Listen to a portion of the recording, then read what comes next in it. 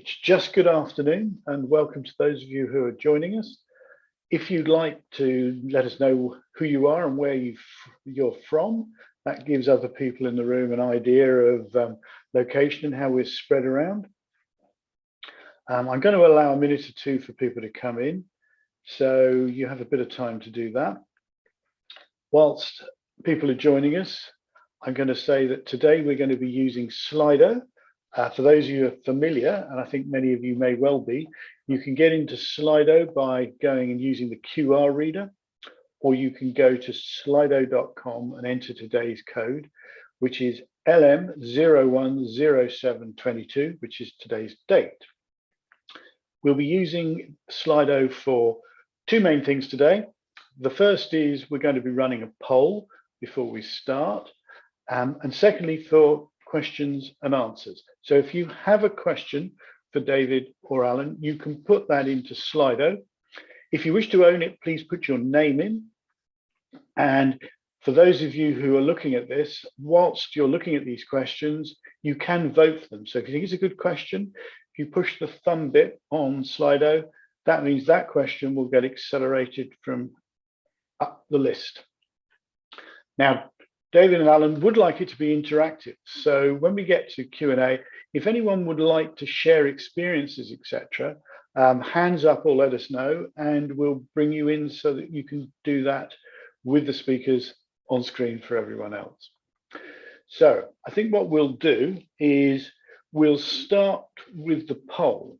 So just to remind you, for those who come in, you can get into Slido by using the QR code, which is on the left-hand side of your screen now, or you can go to slido.com and you can enter today's code, which is LM010722.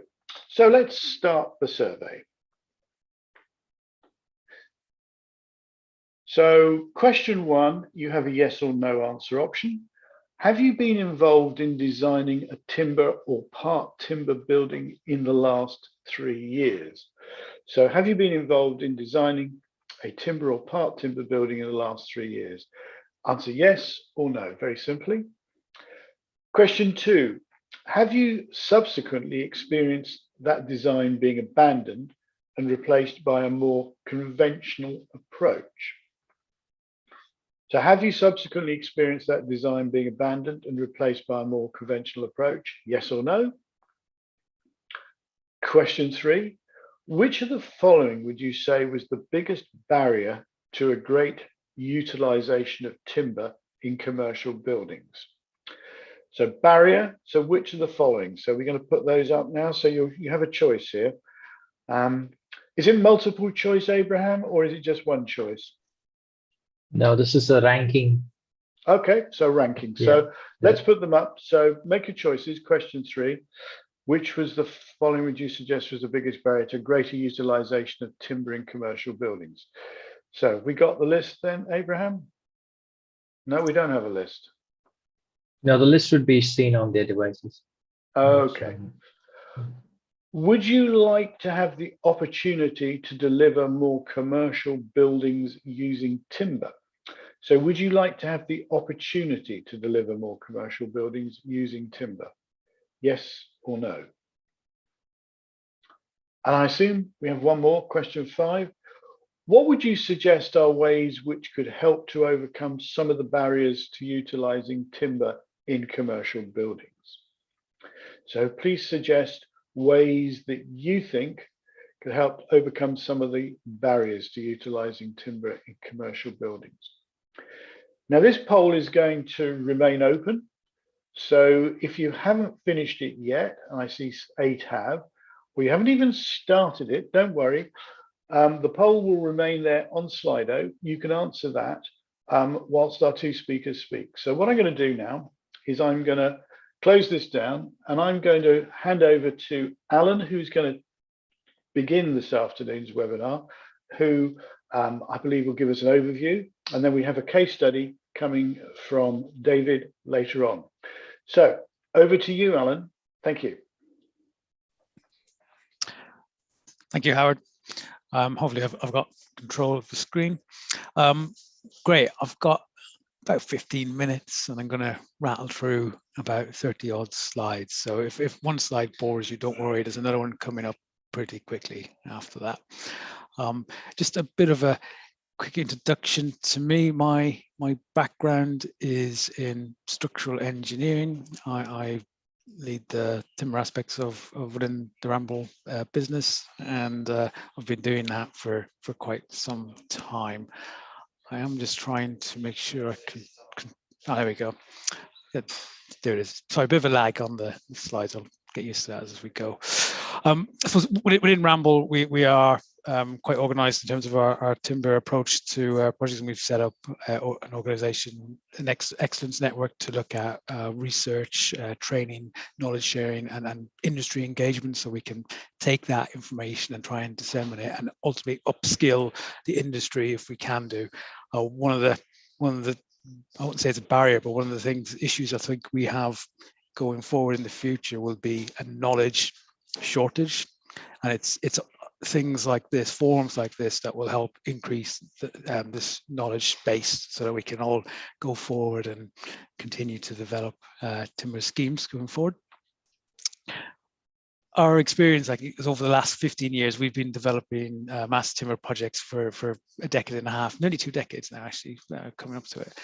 We've delivered over about 100 timber buildings of various natures. I'm going to use some of these as examples as I go through the various topics, so it should be a nice visual presentation for you guys.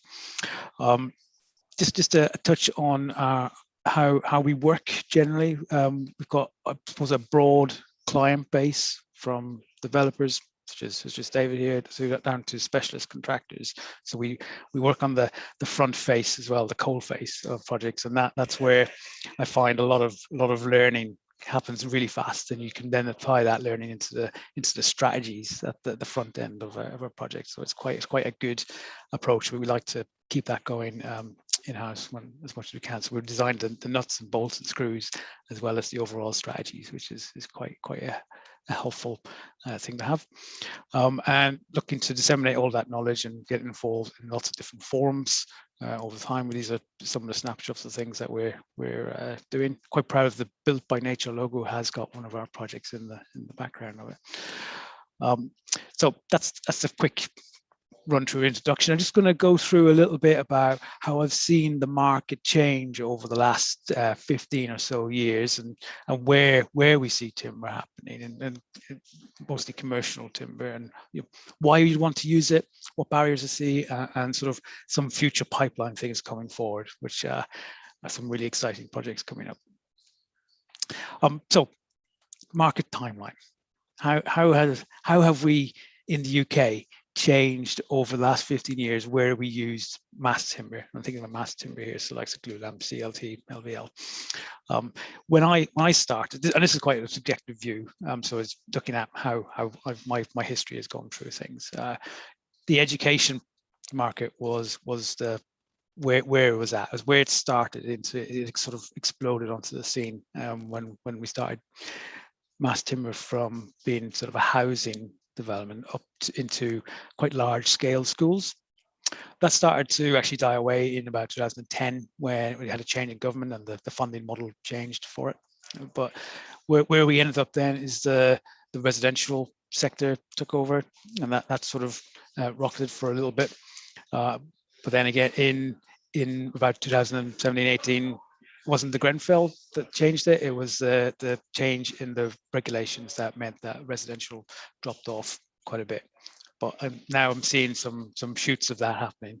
But today, where things are with timber is in the commercial zone, and that has really skyrocketed over the last, I'd say, 5 years. We've seen it going from being quite a small scale commercial bit to a high demand, and you'll see some of that from the images I've got coming up. My overall view is that timber is in a better place than it has ever been. And that's only going to get better over the next couple of years when some high-profile projects come online. It's got more demand, and the people who are asking for it have changed. It was a case of I would push it quite hard to convince clients that you think this is the right thing for this particular building. Now it's the other way around. It's sort of a broader base of people saying we want to have timber in our scheme for various reasons. Okay, so where do we see timber happening? And this is a sort of a snapshot of sort of where majority of, I suppose, major timber projects are happening within the globe. What you can see is it's really focused quite a bit around Europe and UK and those countries, and then that's where the innovation is happening. It is happening here, and it's happening not too far away from us either, in the Nordics and a bit in Europe. So we're leading the way, and I think that's a great place for us to be, is to showcase how we can do that. And the likes of America and Australia, they are sort of following us a little bit. So we're setting the trend. Okay, so why do we want to? Why is that trend happening? What is the advantages of timber that has encouraged this trend to appear and happen? Well, first of all, timber is a really low carbon material. I think we all know that, but there are many other advantages for it. Replacing it from traditional high intensive carbon materials is a symbol. I think a lot of people know that. So I'm going to focus a little bit on the other benefits that come out of that as well. And I think the first is demand, the space creation that you can achieve with timber. This is a project in Stockholm we did for NCC headquarters. And I mean, the stairs are timber, the rest of it is a different type of frame. But you walk into this space and you instantly feel calm, and it's a joy to actually be in there. I stood on the corner of this bit and looked up, and it has actively encouraged more people to take the stairs from their old building. The feedback from the client is we use the lift a lot.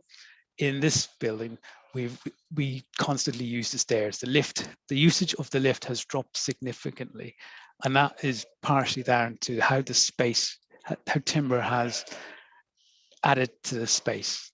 It's quite an amazing story. And this is another one from Cambridge, from my hometown, and this is the Cambridge Mosque. Not a commercial building per se, but again, it's the use of timber to create a feeling within the space, and then that has a real value, I think, in itself. And what I'm finding is that the people who want to rent out the commercial spaces want that kind of feeling that they get when they come into the areas, and it has many other benefits in terms of increasing productivity and reduced sick days and all those kind of things. So I've got adding value. I mean, I'll put this one on screen because this is, well, not commercial, it is residential, where the value has been added because of timber, and this one in particular is the lightweight nature of timber. So timber is a fifth the weight of concrete. When you transpose that into a building, you can save about 30% on the foundations. That's for resi. If you're doing a commercial, you can save even more. That can go up to about 45%. So the foundation aspect of your design, you can either change to shallow foundations or you can add stories. And in this case, we were able to add some stories. And this is a building in Hackney, where I don't know what the house price, the flat prices are in Hackney, but I think they're plus $500,000 now. So the amount of value that was able to add to the developer was quite significant, and for very little extra cost. Again, okay, this is a commercial building. I think you're going to see a lot of these in London where we have an existing frame. So rather than demolishing that frame, where can you add value in terms of extending upon that? So with the timber solution, we're able to extend onto above the top of that building and out the side. So we're able to make a building that wasn't quite useful in its current state, with just a dull concrete frame, into something that added back to me without tearing it down. And we're going to move into a place where we need to avoid demolition as much as possible.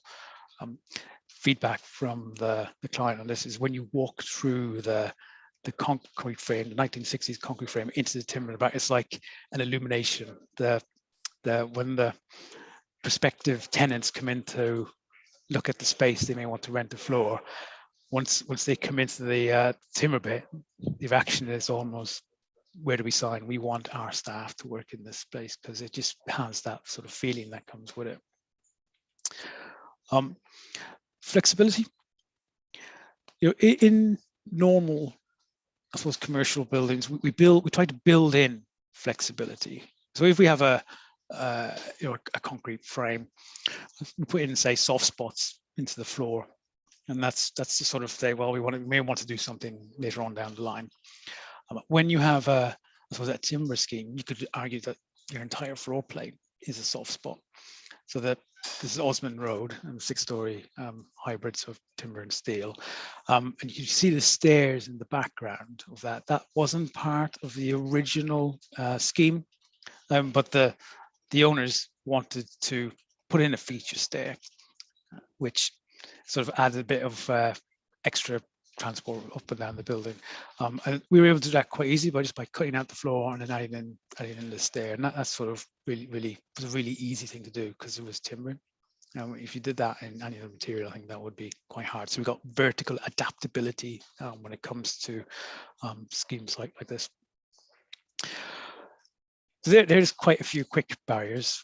Sorry, not barriers, advantages. So I'm just going to touch on a few barriers, the things that we have to address and try and overcome and work on that.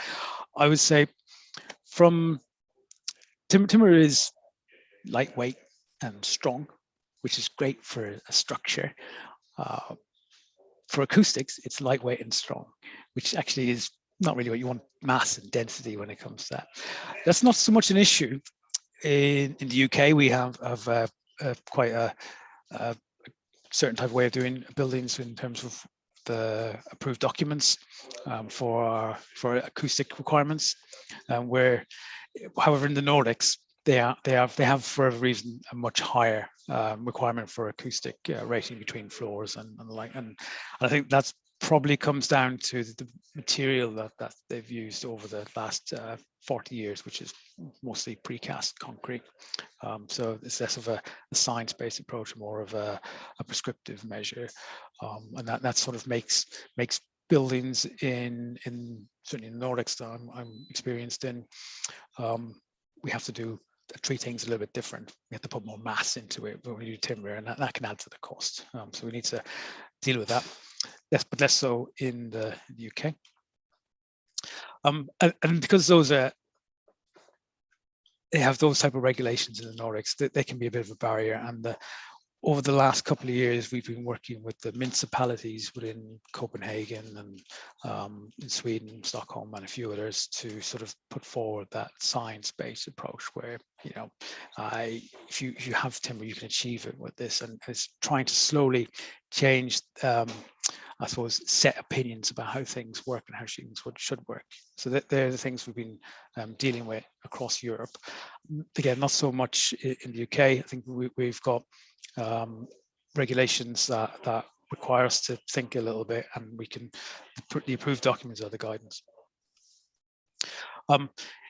Can't have a timber presentation without mentioning fire, and we need to address fire within our buildings. We have to ensure that our structures are safe, and timber is combustible. We have to acknowledge that and work with it, and it's about making sure that we can get the char layer right, so that it can design around that there's enough timber left within a fire to survive the burnout, and it's also knowing how much timber to expose within a certain type of frame, and making sure that our fire strategy and our structural principles are aligned together to make sure the building is designed in a safe way.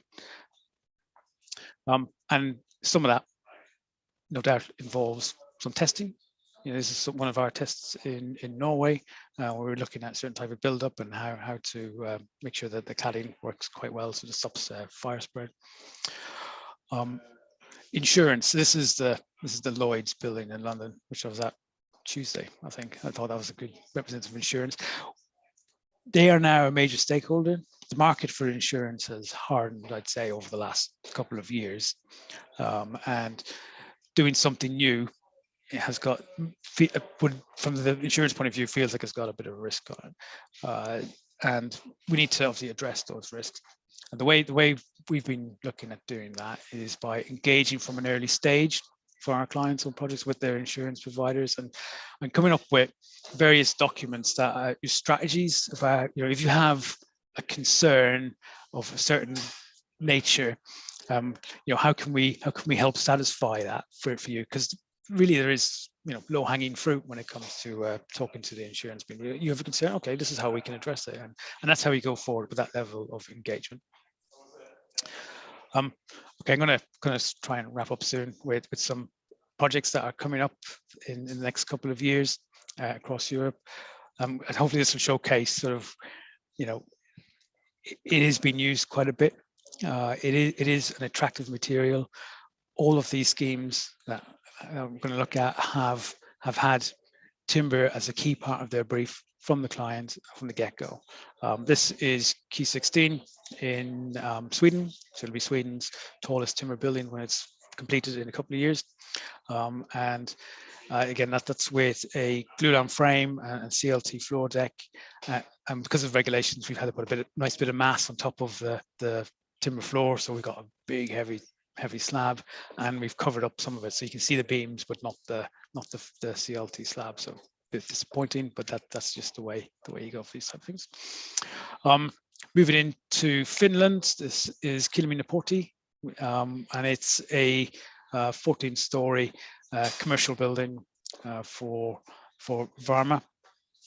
That will be completed in next year, I think, and it's kind of like a ski slope, but it's really impressive.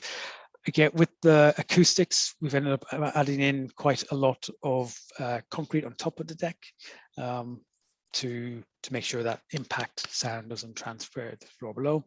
And in this case, we thought, well, we might as well make use of that. So that's a composite floor, which we do very rarely at all, mainly because of the mass. It's not great, but in this case, having the composite floor means we get some better spans out of the grids as well. And another one is in moving to Denmark.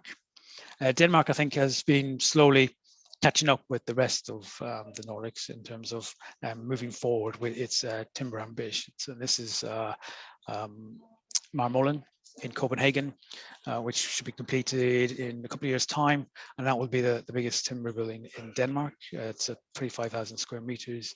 Again, CLT, glulam, with a little bit of steel thrown in there as well to allow for a slimmer floor profile altogether.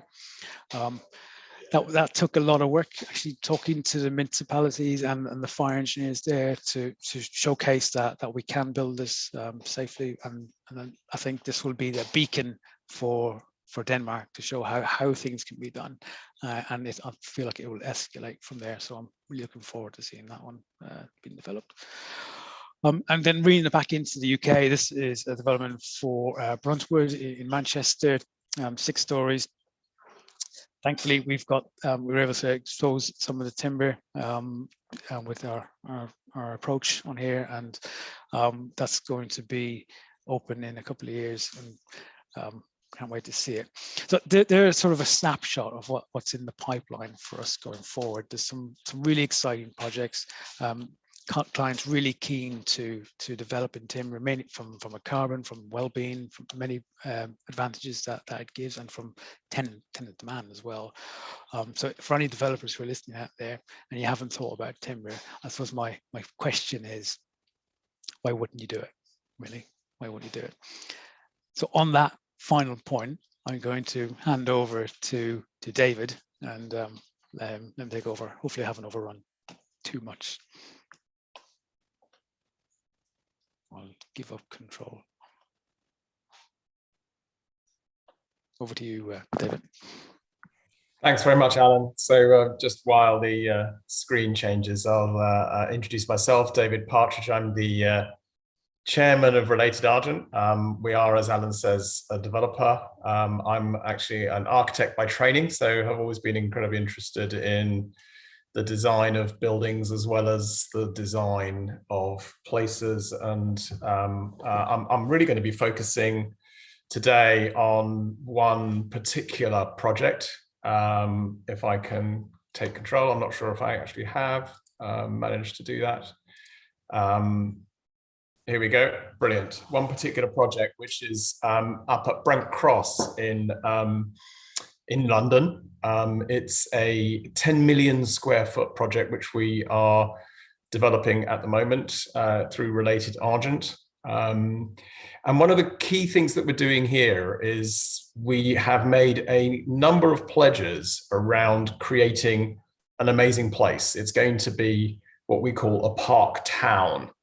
And for us, the exploration of using timber in the construction of some of the buildings is part of a much bigger kind of holistic picture around everything that we're doing to create this place, this new park town.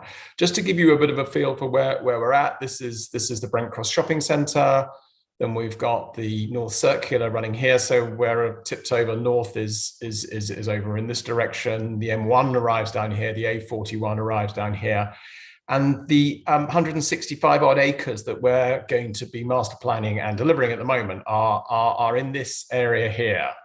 So the master plan you can see here involves a brand new railway station on the Thameslink line, obviously taking advantage of the existing underground station, and then extensive work. It's actually 180 acres if you include all the parks here, extensive parkland, and then focused around a real mixed use development over 3 million square feet of offices, in addition to 6,700 homes as well. So very much a town where, we're talking about this idea of a sort of 15-minute city where everything that you want to have is within sort of walking distance. But at the same time, it's 15 minutes into the center of town if you want to jump on a train and get into St Pancras or into Farringdon. Behind this town is the idea that it's about people. It's about people who are flourishing, people who want to live, people who want to work in these amazing areas, people who want to relax and enjoy all aspects of what city dwelling can be, and a new sort of city. It's a town within a city. But fundamental to one of our pledges is that we will be net zero carbon. And how we get to that is really interesting, because what we're looking at is part of a huge mix. It's part of creating places for people to work, as I say, people to play, for people to come and eat and to shop, to learn, to live, and to create this comprehensive environment, which will be net zero, and part of that is around health, well-being, both to workers and actually also to people who live there. So how are we going to do that? There are three areas that we really focus on in terms of getting to this net zero carbon. There's energy management, and we've partnered with Vattenfall, who are owned by the Swedish government, to come up with a strategy for getting to net zero in operation. That will involve a huge on-site energy center. This is actually the one at King's Cross, so we've already got 10 years experience of delivering on central district heating networks and district cooling networks that provide incredibly low carbon energy to everything that we do. And that is going to end up being net zero. But also equally important, obviously, is going to be getting to a low carbon construction for these projects as well. And it's really vital that we all pay as much attention as possible to how much carbon goes into the embodied element of what we build. And we've done some analysis here, working with the UK Green Building Council on where we should be aiming in terms of carbon intensity on the designs for each of our projects. Standard kind of, if we just complied with building regs, current standard practice would be around about 850 kilograms of carbon per square meter. The real stretch is 300. We are targeting best practice at around about 500 at present, and we hope that as technologies begin to start emerging, we'll actually do better and better and better than that. But 500 is the number that we're aiming at, and obviously there are a number of different ways of getting to achieve that. Some of that is going to be low carbon concrete.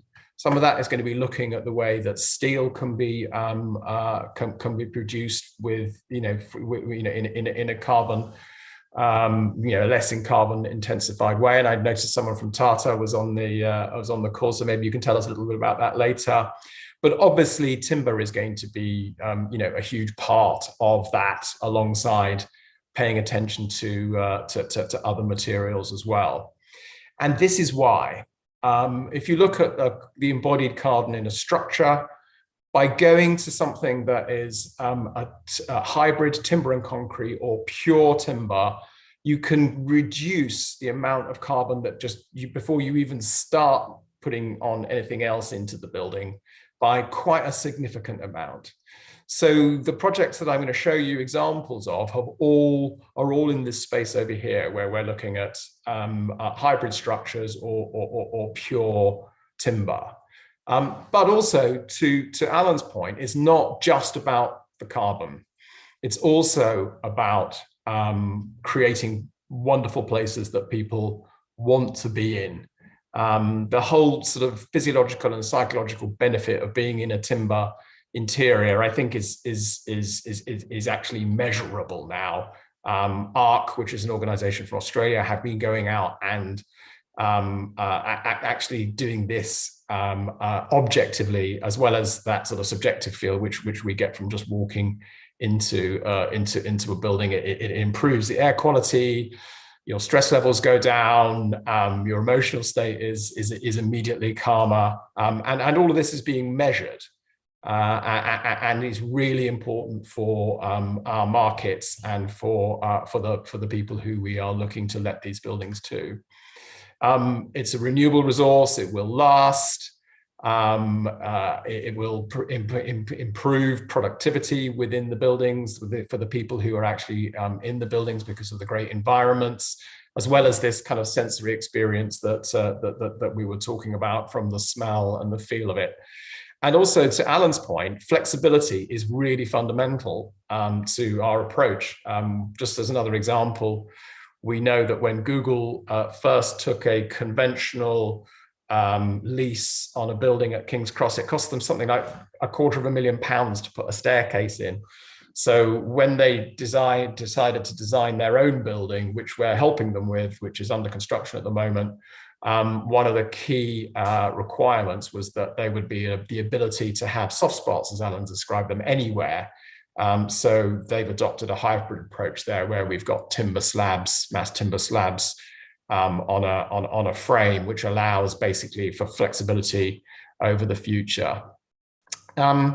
Also, as part of this approach is not just the timber itself, but we will be looking at other healthy materials within the projects, an interior palette that looks to to continue the idea of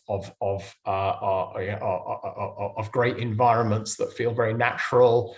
And then ultimately this plays into the circular economy, which is equally important in terms of our net zero approach. Timber is something that can be reused many, many times. It's flexible in its own right. And so it's also part of the fundamental part of our approach. So just to show you a few examples of some of the projects that are coming about. When you walk off the station at Brent Cross West, as it's going to be called, which opens next March, quick plug there, from the Thameslink, you will walk under this mass timber structure as a part of a canopy as your very entrance into Brent Cross town itself. Opposite, you will come across one of two buildings, which are both commercial buildings. This one's under design at the moment with Bennett's Associates. We're looking at a timber structure throughout, really importantly, timber, both within the office space itself, on the roof, and in reception areas. And then opposite, plot 20, another big building with, here you can see we were talking about looking at different ways to look at glulam or CLT, and these are all under development at the moment. Weight, as Alan says, is very important here, as is the feeling of the interiors. We were actually looking at a structural timber external cladding as well, although this has actually been dropped, and we're going to go for a more conventional approach. But again, you get the feel here for these sorts of spaces. And similarly at plot 1 and 2, which is another office building which we're designing, we're going to be looking here, again, the structural importance of how much embodied carbon we can use in it. But I'm just going to flip back to this space here. One of the key things is Alan mentioned it too. It's about occupiers, and we talked to Cushman & Wakefield's, who are our office agents, and went through a whole list of things that we have got within. We're looking to develop. And said, look, how would the market feel if we didn't do quite so much structural this, blah blah, blah blah blah. And they came back and said the one thing you must not drop is this kind of interior. This is what the market is demanding now, because they know that their workforce will find this kind of interior very, very, very nice place to work. And they're demanding it of people. They're demanding it. It's also in a sense an easy win to be able to demonstrate from an office employer's and business's point of view. It's easy to approach to demonstrate that you're right behind the sort of net zero agenda by producing a building like this. So that's what Brent Cross's town is going to look like in time. The park that you can see right in front of you is actually open now. It was one of the first things that we produced. And this pavilion is also open now, and Alan and his guys helped in the detailed design of this. It's a three-story building, all with a timber interior, glulam, and CLT. And any of you is welcome to go along and have a look and come and visit at any time. It's really exciting to be able to show that this is our first building on the entire site, and to do it all in timber, and to know that this actually one day it can be dismantled and completely reused, which was important part of the brief to the architects and to the engineers. So just to reiterate before we get into asking you guys about your own experiences, the benefits of timber destruction we talked about, embodying carbon versus other approaches, obviously huge. This is where you can get it from. It's abundantly available around the Nordics and and all of Europe. So it's a material that we can, and indeed in the UK, it's a material we can get our hands on quickly. It's very quick to put up on site. You can manufacture it off site. You can bring it on as a kit of parts. So from a health and safety point of view, it has huge advantages. We've talked about the impact on health and well-being and the kind of perception and psychology. So that we feel is really important for our occupiers, and they are demanding more and more of it. So it's something that we as an organization are going to be, really focusing on. Again, to reiterate a little bit of what Alan said, what are the current risks? Fire, we've talked about, insurance behind that fire.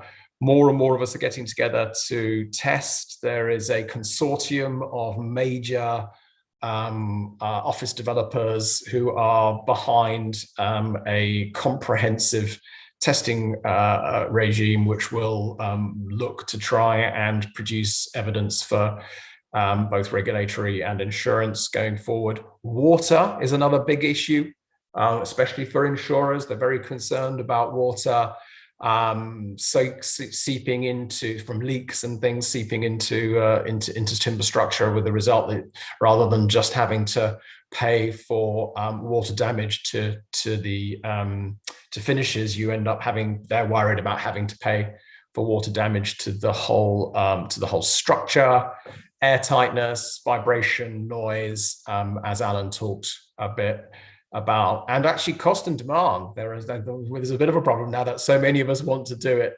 There aren't that many people, in the market, and it is beginning to start to cost more. And of course, that's going to be, in a sense, that's a good thing, because it'll bring more, I hope, more supply into the market as well. How do we go about making sure that we can get more of this done? Well, you try and avoid the pitfalls. Engage early with insurers, engage early with the supply chain, think hard about your grids and the flexibility. And then also, really importantly, think long term, think about maintenance, think about how you're going to asset manage this, because this building is going to be for life. And it's one that we, that you need to think really hard about how the maintenance and ongoing kind of long life and loose fit of a timber building in comparison, say, with a more conventional structure is also built into your plans. So I hope that was a quick, useful snapshot of a particular set of case studies. It's not just one, it's a number that we're looking at, very much work in progress. We'd be really interested in your experiences and thoughts about why shouldn't we do more of it? What are the things that are stopping us from doing that? And I think some of the Slido results, Howard's back on, may well give us a bit of a clue as to what your thoughts are on that particular subject. And I look forward to discussing that further with you. Thank you. Thank you, David, and thank you to Alan. Very informative and very interesting. So I wonder, Abraham, whether we can stop the screen share and bring up Slido. 18 people have participated. If you want to participate as we go along, that's no problem. Slido's live, so results will change to reflect what you say. So question 1, have you been involved in designing a timber or part timber building in the last 3 years? Yes, no. So let's see what percentage. 61% yes, 39 no. So given we've got more than 18 in the room, it may be different, but I'll ask either David or Alan as to what your view on that is. Was that what sort of level you'd expect, or perhaps better? I think that's pretty good. I'm interested to see on the next question how many of that has followed through. Okay, well, let's put the next question up then. So Abraham, if we have the next one. So 56 seem to have followed through. Okay. No, I think it's the other way around. No, other way around, sorry. Abandoned. Yeah, so 56 abandoned, 44. I mean, why they were abandoned, maybe interested to find out. Certainly. I think there's a lot of this is part of the issue around sharing best practice and working closely with colleagues to be able to demonstrate. I mean, it may be that, again, digging into the stats is hard, but have they been abandoned completely, or have elements of it been abandoned? Has it been perhaps reined back? I mean, we've started, as I said, for instance, on one of our projects, like a kind of 100% timber, including the elevations, and then we've actually kind of reeled back a little bit and gone, okay, do you know what? Let's just go for a hybrid version here, where the structure might be this. One of the other things that we're looking at, which actually was quite interesting, is to solve the water ingress problem. Is not to use mass timber in core areas, but to use a different structural approach there, so that if there happen to be leaks in toilets or in risers, or where they're more likely to be, those areas can be very simply stripped out and rebuilt if necessary without affecting the structure of the entire building. So I think that there may well be a number of hybrid approaches which are worth exploring over time. So perhaps this was a slightly sort of binary yes/no question. In reality, it may well be something that you end up with a sort of partial solution rather than or hopefully only a partial abandonment as opposed to a complete abandonment. Yeah. Well, Neil McLennan has just come in on, and his question I was going to say, how do you convince major insurers to cover timber buildings with the potential for large fire and escape of water claims? Are any major insurers offering covering for these buildings? I mean, is this part of the problem? Well, I think insurers will insure buildings. It's the cost of the premiums at the moment, and when what's the estimated loss that is taken into account for the building. And I think that the way we need to change a little bit our approach in that insurance providers are a key stakeholder for the construction industry as a whole, really. And historically, it's been left probably to the later stages of a project to get a premium quote from them. What's happening now is where they're coming in at a much earlier process on the project. They're seeing how it develops and putting forward their thoughts. Well, what about this risk? What about that risk? And from my experience, there are actually a couple of quick wins that you can do that to de-risk things. Most of these commercial buildings are going to have a concrete core, for example. So all of the water transport on a building will probably go into that concrete core. And things David mentioned as well, having strategies that can de-risk things are really helpful. I think there's probably a bit to go, but from where we were last year to where we are now, to where we're going in probably another year's time, it's a very changing landscape, and I think it's moving in a positive direction.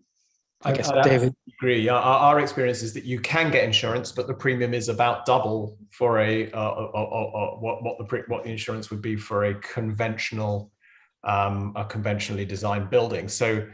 So yes, we're already talking to insurers on all of those projects that I showed you there, and we're doing exactly what Alan has described, which is working through the mitigating areas. If there are some areas where they feel that there's just too much risk, we'll work very closely with them to think of ways of either reducing that risk or taking it away completely and say, okay, yeah, do you know what, you're right, we'll use a concrete core.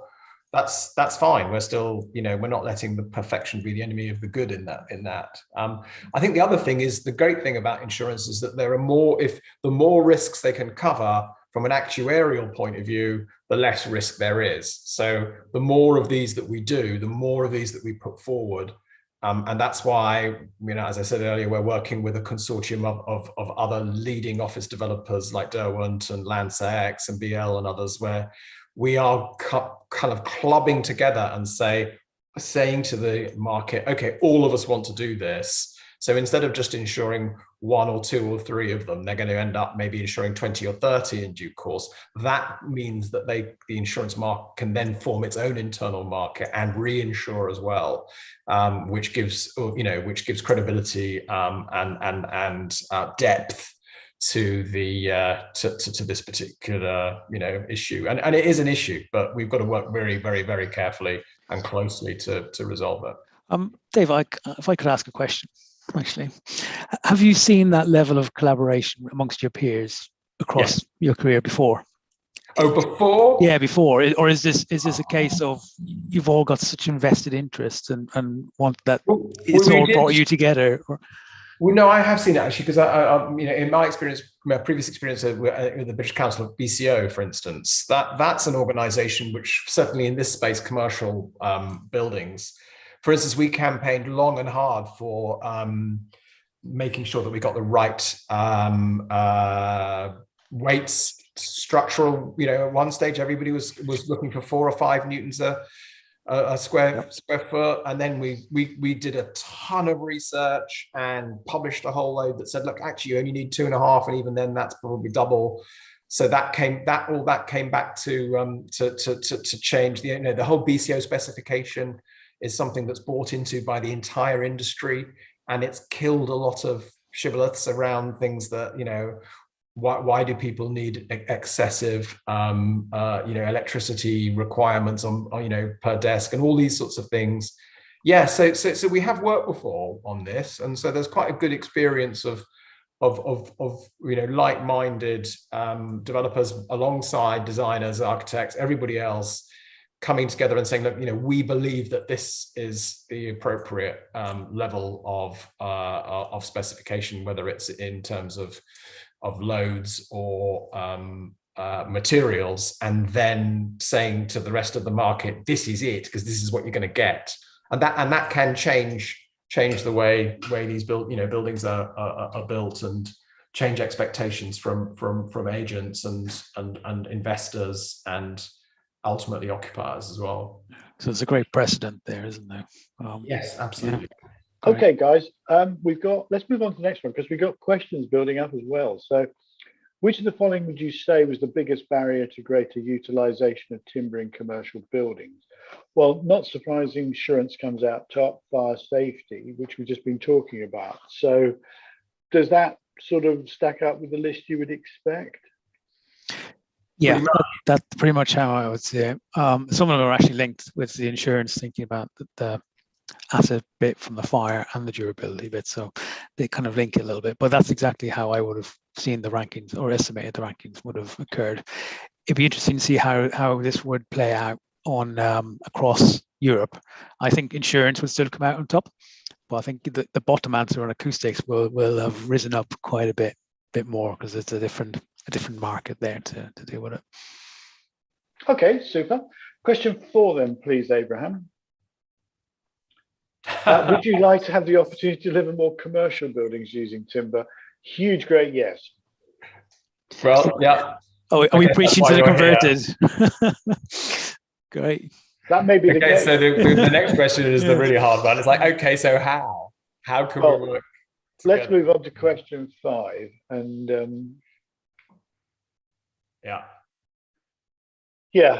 so there's probably a bigger list than we just got on page 1, so we'll spin down it. If anyone want to make any comments on it, please do. I mean, we have got a question or two which comes up. Well, no, I mean it's around. I mean, cost is a thing there. I mean, Russia is a big supplier of timber. That's no longer in the market. How will sanctions impact that, or will it not impact it at all? Is the cost of timber rising? I think a lot of people would say it has risen. So is that going to be an element that's going to perhaps curtail this? I don't know. I think it's relative, really. The cost of everything is currently skyrocketing, and timber is not alone in that regard. You're right, some timber has come from Russia, but a lot of it is also, you've seen some of the graphs from David from Europe. But it is a sort of global commodity price. So I understand that the main timber that comes from Russia is larch, which I don't know what it goes. Yeah, which I don't know whether what it goes into. But all I understand, most of the timber we're doing the mass timber designs with are spruce. They come from. But the majority of coming into the UK is from Austria. Some of it will come from the Nordics, but majority is Austrian. So larch probably isn't going to affect you then, which is Russia's main. No. But there still is an increase in the price of timber, and some of that is demand as well. As is going up. As we need to, where I think where timber needs to move into is we want to have more buildings with timber in them. We want to use less timber overall. And so it's coming down to efficiencies of products and trying to take that amount of timber and spread it over a greater number of buildings. That's where the magic game is. I'm glad to see that someone's put a comment. Really interesting discussion, but perhaps collaboration is the way to go. Couldn't agree more. I couldn't agree more with that. That's right. Okay, so let's take the Just- questions, Abraham, because there's. Sorry, we've got just some on- Yeah, sorry. Please, while you're getting those questions together, just on cost. The other thing that isn't included in the pure cost of buying timber versus buying concrete versus buying steel is the cost of the carbon. So to get to net zero, we are, as I set out in that little chart very early on, the first thing we're trying to do is reduce the embodied carbon in the first place. And then whatever's left over that we cannot reduce, we are going to offset. Now, obviously, the more we can reduce, the less we have to offset. But every organization in the world, whether you're a developer or or a transport, whatever it is, ultimately to get to net zero, you need to take some carbon out of the atmosphere for the carbon that you're putting in. So if you can embody less carbon in the first place, then you have to pay less to take it out. Now, the cost of the kind of the pure market for carbon is not as progressed as it will be, but in due course, if you factor in £30, £40, £50, depending on where you're at, per ton of carbon, then actually timber becomes cost effective again, even though it is already in a pretty good place in comparison with the cost rises in other materials as well. So you need to look at the holistic cost of the entire operation, as well as the value side, which comes from, well, if you can let this building quicker as a result and get a better rent for it, then it's worth every penny. So that would be my view on that. Okay, thanks very much, and it's a good view. I think we've got about 3 minutes officially left. What I can say is, if you don't mind, and other people don't mind, we can overrun by a couple of minutes or so, but perhaps you keep the answers to the questions as brief as you can. Okay. So I'll let you read them. I don't think you need me to read them out. All right. This one's about timescales of construction, I guess. Yeah. No. I think Dave and I were showing some of the big things that were coming up in the next 18 months, I suppose. But the reality is, construction time for timber, it's an off-site method. So you will build a lot faster than you would do a traditional, say, in situ frame, because it's all done in a factory conditions. It's all accurate, and it comes to site pretty quickly. I've been on sites where, I went away for lunch and came back and there's another story added. I'm like, okay, and we've saved 16 weeks on some of the schools we did, during a few years back, and it is impressive how fast these things shoot up. It really is. Okay, let's have the next question. Next question. Yeah, let's try and shoot them. I think we've already discussed that. I think that one's, yep. Next one.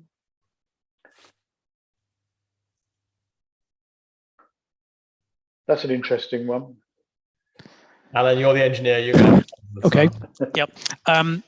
This, I would argue, is based on a solution probably in the residential market, where if you're above a certain height, the perimeter wall has to be of a non-combustible material. At the moment, the solution out there is a polyesteel frame.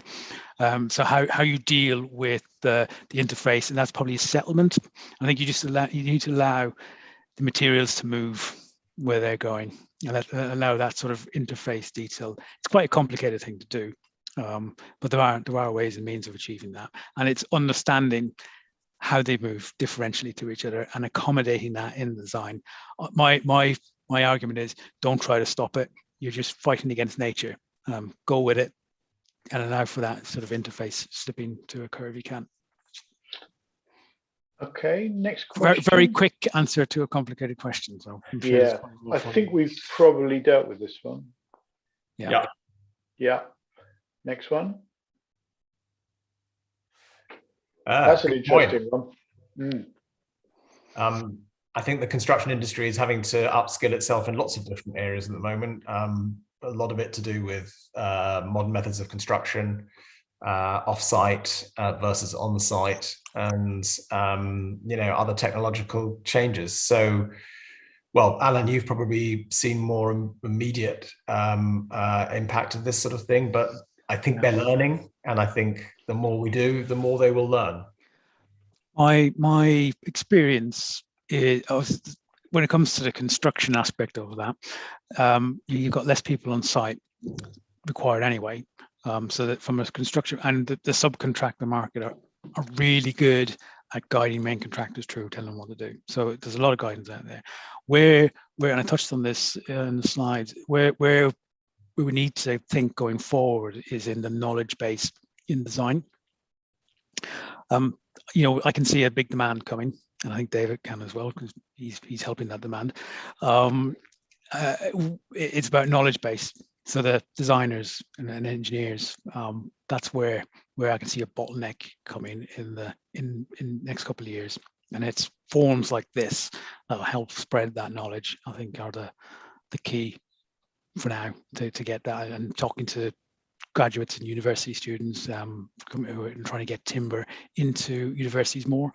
When I was a student, timber really wasn't on the curriculum. And I think that is changing, because it needs to change. I think that's where those people coming out of universities now are getting that knowledge beforehand to be able to design in this super material. Okay, we have 2 questions left, conscious of time. Do you see timber construction being adopted into industrial buildings? If I can answer that, yes. I've seen a big increase in the amount of questions I've been asked on that exact topic from developers who are in the industrial and logistics industry. I think there's a real demand to move away from a traditional steel portal frame, where there's a lot of carbon embodied into that, into something a bit greener with timber. That hasn't taken off just yet, but give it some time, and we're gonna see it. I think the industrial logistics sector is quite fast moving, so they build quite a lot of projects quite quickly. So they need to build timber into their playbook about how they put things together, and that takes a little bit of time, but that's coming. This is our last question. Is there enough capacity in the timber supply chain to cope with top hats? Well, I think that's target of 4,000 homes per annum. Is there enough timber? Yeah, well, I think that's probably what they're saying. Yeah. I think that there's an abundance of timber, and we're not fully capitalizing on it. But at the same time, we want to be efficient. So the key is efficiency in designs and increasing the market share of timber going forward. And I suppose it's also skills to build them, which is what goes back to the MMC concept. Mm-hmm. Yeah. Well, we've got one more question that's come in. It's in the chat, so you can probably read it. I'd be surprised is the answer to that one. I think flood is something that's kind of like an act of nature, which the government can stand behind as a sort of last resort of reinsurance. It does did the same thing with terrorism. It does, whereas I don't think government will ever act as the final backstop for a choice that someone's made. It's kind of it's us who are choosing to use timber, so we need to be, make sure that we've got the market in the insurance world to cover it, whereas no one chooses a flood, let's face it, or no one chooses terrorism. So I think that will probably be the area that the government would stay in. I mean, it would be quite dangerous if it started sort of dabbling in personal choice and acting as the final arbiter for that sort of thing. Okay, thank you, Alan. David. I think we ought to pull up. We're just about to enter 5 minutes over time. People are staying in, but they're beginning to drop out. So if you would like to get registered for next week, you can do that. Next week, we have the rise of automation in building design, some case studies. If you would like a CPD certificate for today, you can do that by going to my Pro Pass. And I would finally like to say thank you for everyone for staying in there. We have a Friday the 15th. It's a slightly different time. It's a master plan on Dorset seafront. It's by award-winning designer. So please do join us for that. I'd like to say finally again, thanks to Alan and David for their time and a very interesting session. If you have any questions for both of them, I'm sure they'd be delighted to take it. If you want to put your emails into the chat, people can go there now and get that. So thank you once again. Have a great weekend. Let's hope the weather improves and the summer comes. So I look forward to seeing you next week. Thank you very much. Bye. Thanks, everyone. Bye. Yeah, thank you. Right. Thank you, Alan. Thank you, David, for your time. Thank you, Howard. Thank you, Howard. No, I hope it was useful for you. It was very informative for a lot of people, I think. I think these things are always quite good. Yeah. Right. I'm going to go get some lunch. Yeah. Yeah. All right. Cheers. Okay. Thanks. Thank you. Bye.